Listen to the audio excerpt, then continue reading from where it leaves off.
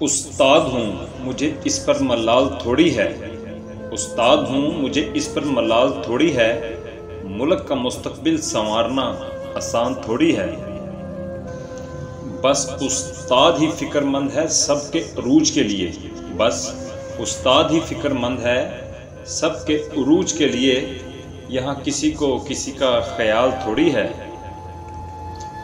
मज़ा तो तब है किसी खाक के ज़र्रे को मुनव्वर कर दो, मज़ा तो तब है किसी खाक के ज़र्रे को मुनव्वर कर दो, सिर्फ अपनी ज़ात को रोशन करना कमाल थोड़ी है।